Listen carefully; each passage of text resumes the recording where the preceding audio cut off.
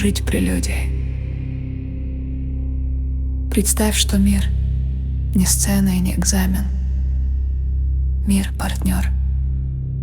Не в смысле вторая половина, а в смысле он отвечает. Иногда сразу, иногда через годы, иногда теплом, иногда холодом. Но отвечает всегда. Просто не всегда тем языком, которым нам удобно. И вот ты говоришь: жизнь — прелюдия. Не перед смертью, не перед финалом, а перед чем-то огромным, чему у нас даже нет корректного слова. Пусть это будет оркестр, океан, оргазм бытия, растворение, слияние, главная сцена, великий переход. Ярлык не так важен. Важно другое. Прелюдия — это не ожидание. Прелюдия — это взаимность.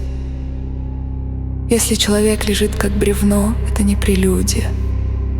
Это плохая механика и плохая этика. Прелюдия существует только там, где есть участие, внимание, согласие, тонкость, инициатива, отзывчивость. Где ты не берешь мир как вещь, а входишь с ним в контакт. И тут происходит странное. Чем меньше ты требуешь результата, тем больше появляется настоящей плотности момента. Потому что прелюдия — это искусство не ломать, а настраивать. Ты прикасаешься к дню, и он либо открывается, либо закрывается. Ты входишь в разговор, и он либо расцветает, либо превращается в спор ради эго. Ты смотришь на человека, и взгляд либо становится дверью, либо становится прожектором допроса. Жить прелюдией — это жить так, будто каждый момент способен стать входом в большее. Не после, не потом, а сейчас. И вот здесь появляется японская ма. Пауза как действие. Ма — это не пусто. Ма — это пространство, где возникает смысл. Это дистанция между ладонью и кожей, из которой рождается электричество желания. Это тишина между словами, где правда успевает догнать речь.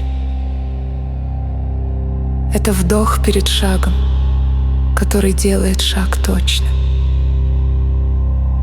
Мы обычно считаем действие только тем, что шумит. Но мир устроен иначе. Самые сильные вещи происходят там, где ты удержал руку в воздухе на полсекунды дольше. В этом и дисциплина прелюдий. Не торопить кульминацию, не хватать, не добивать реальность до понятно, не превращать жизнь в добычу.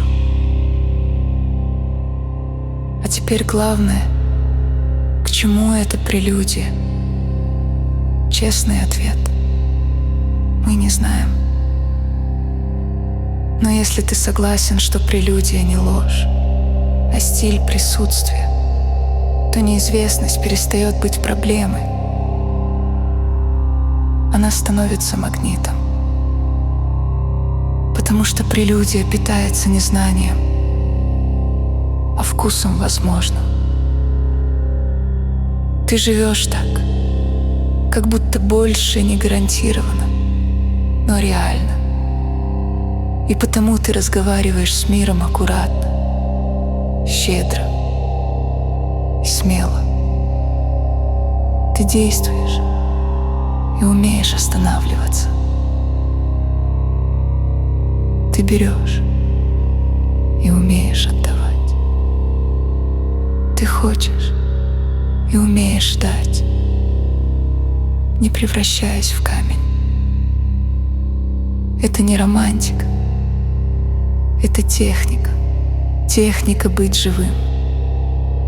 И тогда жизнь превращается в длинный, красивый жест, в котором каждая пауза тоже движение, каждый страх тоже сигнал к настройке, каждое прикосновение — вопрос, на который мир может ответить. И если больше действительно существует, ты входишь в него не как бревно, которое довезли до финала, а как человек,